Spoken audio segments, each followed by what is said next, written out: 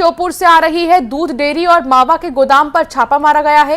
प्रशासन और खाद्य विभाग की टीम ने कार्रवाई की है। दरअसल दूध डेयरी पर यूरिया खाद मिला और मिलावटी दूध गोदाम से काफी मात्रा में बरामद किया गया है। 5 लोगों पर इसमें एफआईआर दर्ज कर दी गई है। विजयपुर के इकलौद गांव में गोदाम पर कार्रवाई हुई है। 2 दूध डेयरी और गोदाम पर छापेमार कार्रवाई की गई है। दरअसल आपको बता दें कि मिलावटी सामान यहां से मिले हैं।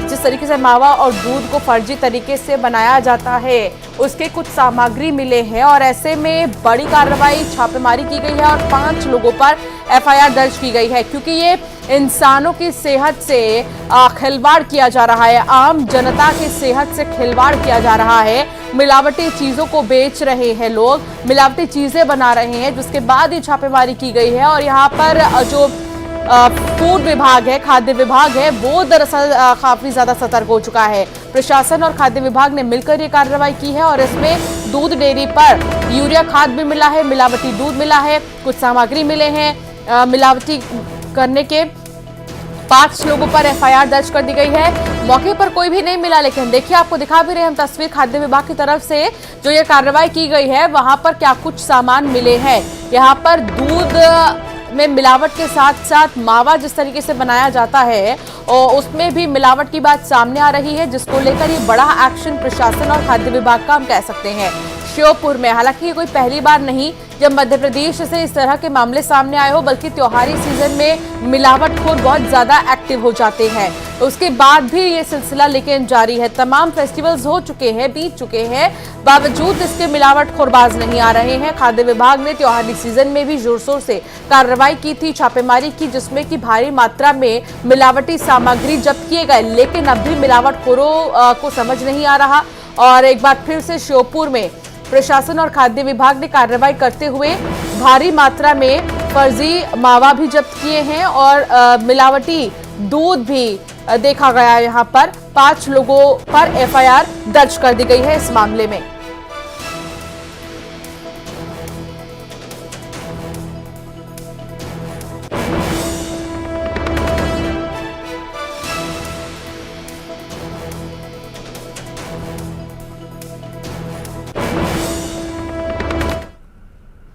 आगे बढ़ेंगे और बात इजराइल की करेंगे, जहां इजराइल को बड़ा झटका लग सकता है। 1.5 महीने से चल रहे युद्ध में अब वो हुआ है जिसका हमास बेसब्री से इंतजार कर रहा था।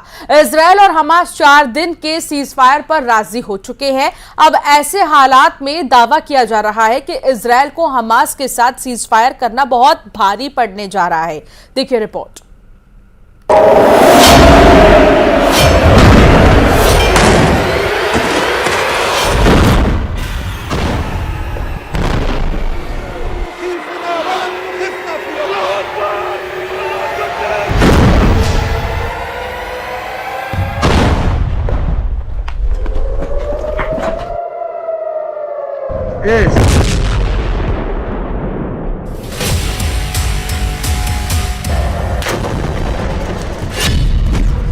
गाजा युद्ध में पहली बार जीता हमास।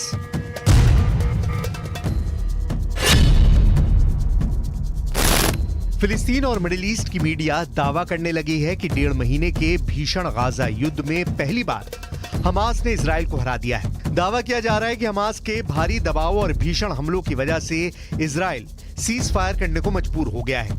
4 दिन का ये युद्ध विराम ऐसे वक्त हो रहा है जब इजरायली सेना उत्तरी गाजा में जीत के दावे कर रही है, जबकि दक्षिणी गाजा में ताबड़तोड़ इजरायली हमले हो रहे हैं।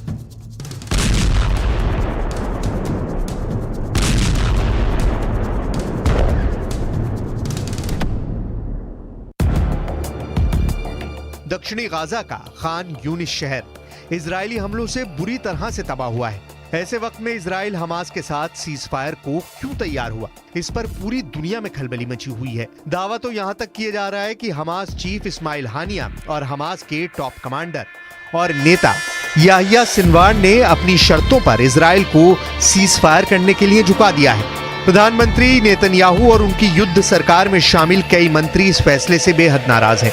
फिलहाल सीज फायर के बहाने हमास को मिले 4 दिन इजराइल पर बहुत भारी पड़ सकते हैं।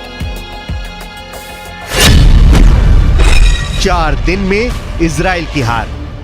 1.5 महीने से ज्यादा की जंग में उत्तरी गाजा की 60% इमारतें पूरी तरह से तबाह हो चुकी हैं, जबकि 13,000 से ज्यादा फिलिस्तीनी अब तक मारे जा चुके हैं। एक अनुमान के मुताबिक इजरायली सेना अकेले उत्तरी गाजा में ही 23,000 बमों से हमला कर चुकी है, जबकि हमास की 700 सुरंगें तबाह करने का दावा भी IDF कर रही है।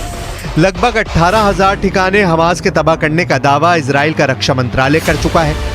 ऐसे हालात में क्या इस दावे पर यकीन किया जा सकता है कि 200 से ज्यादा बंधकों को बचाने के लिए इजराइल ने हमास के साथ सीज फायर पर समझौता किया है, जबकि खुद प्रधानमंत्री नेतन्याहू कह चुके हैं कि हम हमास के साथ किसी भी तरह का समझौता नहीं करेंगे और ना ही पूर्ण युद्ध विराम करेंगे। अगर इजराइल ऐसा करेगा तो यह हमास के सामने सरेंडर करने जैसा होगा, आतंकवादियों के सामने हार मानने जैसा होगा। तो फिर इजराइल हमास के साथ 4 दिन के सीज फायर पर तैयार क्यों हुआ है? जरा इस पेचीदा पहली को भी समझ लीजिए और इजराइल की चाल को भी समझ लीजिए।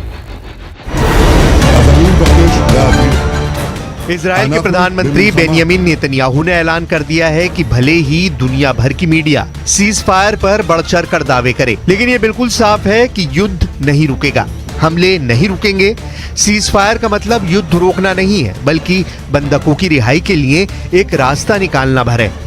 इधर कुछ मीडिया रिपोर्ट्स में दावा किया गया है कि इजराइल ने बेहद चालाकी से 4 दिन का वक्त सीज फायर के नाम पर ले लिया है, क्योंकि उत्तरी गाजा के बीचों बीच हमास के लड़ाके इजरायली सेना के टैंकों और पैदल सेना पर भीषण हमले कर रहे हैं। इजरायली सेना समझ नहीं पा रही है कि आखिर हमास इजराइल के इतने भीषण हमलों के बावजूद इजरायली सेना पर हमले कैसे कर रहा है। कुछ रिपोर्ट्स के मुताबिक इजरायली सेना उत्तरी गाजा में फिलिस्तीनी आतंकवादी समूह अल कुद्स ब्रिगेड को पूरी तरह से खत्म करना चाहती है, क्योंकि अल कुद्स ब्रिगेड ने उत्तरी गाजा में इजरायली टैंकों को तबाह करके रख दिया है। अल कुद्स ब्रिगेड इजराइल के 50 से ज्यादा टैंकों को तबाह करने का दावा कर रही है। अभी तक गाजा युद्ध में इजराइल के 70 से ज्यादा सैनिक मारे जा चुके हैं, जिनमें कई कमांडर लेवल के अफसर हैं। अल कुद्स ब्रिगेड के लड़ाके IDF टैंकों पर बेधड़क रॉकेट लॉन्चर से हमले कर रहे हैं।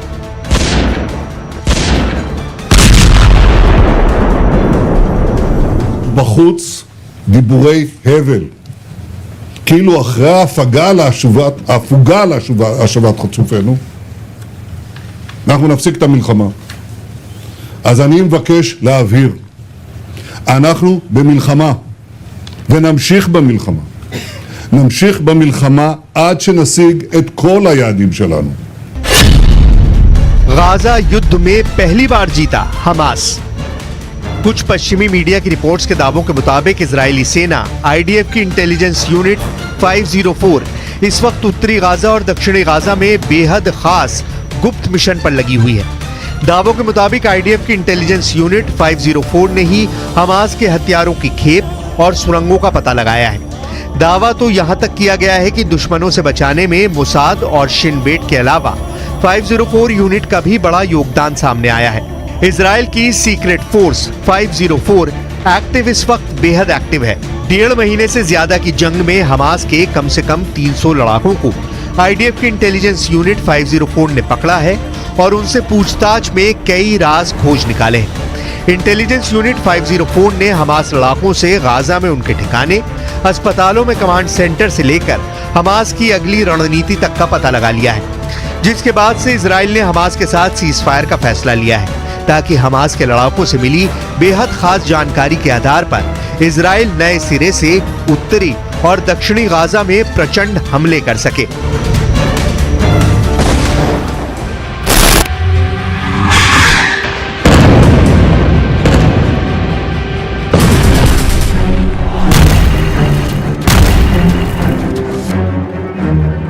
अब सवाल उठता है कि क्या हमास को नहीं पता होगा कि इजराइल सीज फायर के नाम पर उनके साथ खेल रहा है? तो जवाब है बिल्कुल।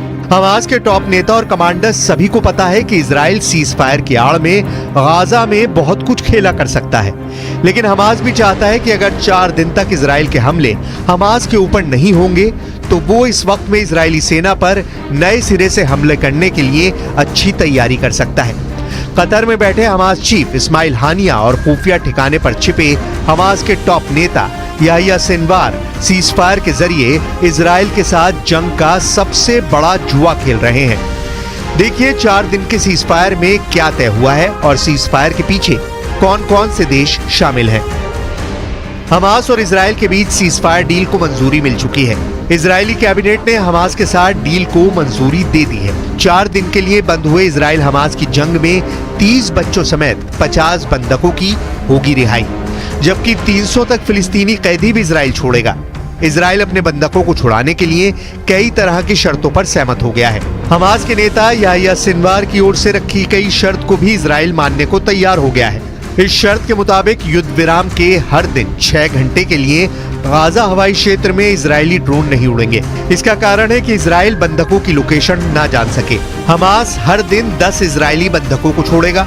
इस पीस डील को मुकाम पर पहुंचाने में कतर, मिस्र के अलावा तुर्की ने भी अहम भूमिका निभाई है। तुर्की कुछ मुस्लिम देशों के सीनियर अधिकारियों को मिलाकर बने ग्रुप में सक्रियता से काम कर रहा था। ये ग्रुप इजराइल हमास में सीज फायर के लिए सुरक्षा परिषद के स्थायी सदस्यों और दूसरे अहम देशों से बात कर रहा था। इस ग्रुप में तुर्की, कतर, मिस्र, जॉर्डन, नाइजीरिया, सऊदी अरब, इंडोनेशिया, फिलिस्तीन के विदेश मंत्री और प्रतिनिधि शामिल हैं।